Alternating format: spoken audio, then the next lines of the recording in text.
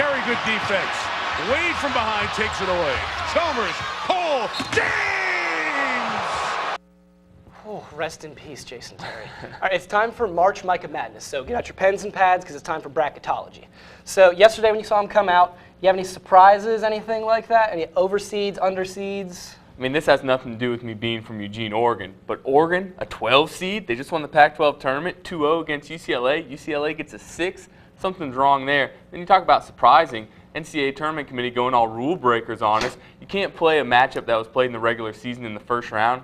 UNLV and Cal played already. Not to mention, they're playing in San Jose, a mere hour away from Cal, the 12 seeds campus. If I'm UNLV's coach right now, Dave Rice, I'm pretty pissed off. Yeah, no, I agree with the Oregon thing, even though total Eugene homer over here. Quack Attack. But speaking of the Quack Attack, any upset picks? Because they're 12. I was looking at 5-12s. I like personally some Marshall Henderson action going on. See, Marshall Henderson's playing Wisconsin and Bo Ryan, and Bo Ryan's probably the least likely coach in this tournament who would want to have Marshall Henderson on their team. I think they shut them up in the first round, but yeah, Oregon, as far as seed-wise, I think they're a little closer to Oklahoma State. I see them taking one. Watch about the Belmont Bruins down there playing against Arizona at 11-6. I like Belmont over them. And also, watch out for South Dakota State. You got to pick a team. South Dakota State. My mom likes to go with, the nickname-wise. South Dakota State, Jackrabbits. Talk about some swag right there. I like the Jackrabbits. Plus, Michigan, they've been 6-6 down the stretch. I like the Jackrabbits. And for the record, if we're going by complete name brackets, Wichita State, Wheat Shockers wins. But what about St. Louis, the Billikens?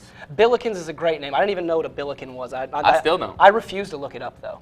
Also, snubs. Did you see anyone that you wanted to see in the tournament that wasn't in the tournament? Well, putting my coach hat on, we can look right here in that SEC. Where's the red hat? Because Tennessee, quite frankly, got screwed out of a bid. I mean, you're talking about 6 wins against the RPI top 50. They played their best ball down the stretch 2 years in a row, really. They have got left out of the tournament. Talk about Virginia. They have 6 wins against the RPI top 50. Middle Tennessee State, St. Mary's, and LaSalle have 3 combined. So you look at that a little iffy. I think Tennessee and Virginia definitely have some beef with the tournament committee. ACC, I know, also got only 4 teams in, something like that. But that's just, I can't even defend the ACC. Tar Heel shirt all day as well.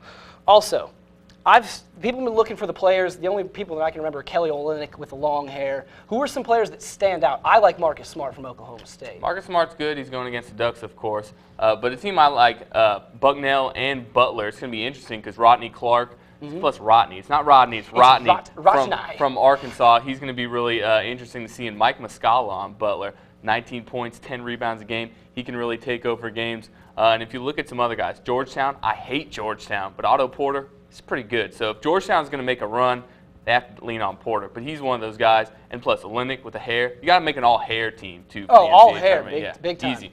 Also, you'd be crazy to try to pick a winner. Anyone would be. This field is ridiculous. But any matchups you'd like to see coming up down the road? I think Oklahoma State and Oregon's a really good first-round matchup. Bucknell and Butler, I think, is really good, too. Like I said, 2 guys who can really take over the game.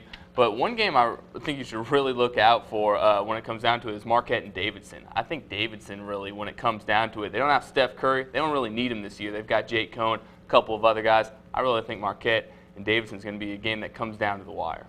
All right, last question to make this one quick. What do you think about LSU not making it in the CBI or the NIT? It's awful. I mean, they didn't make the NIT. He said he wanted to go to the CBI, and they didn't. I really think it's an outrage. LSU fans should be pretty pissed about it, but they won't be. They should be playing in the CBI. Johnny Jones asked him today. He said, they're focusing elsewhere. They shouldn't be. All right. Well, guys, you heard it from Micah. Follow Micah on Twitter and check out his articles in the Reveille. Dude knows his stuff. Come back after the break so I can tell you I was right for the second time. Best feeling in the world.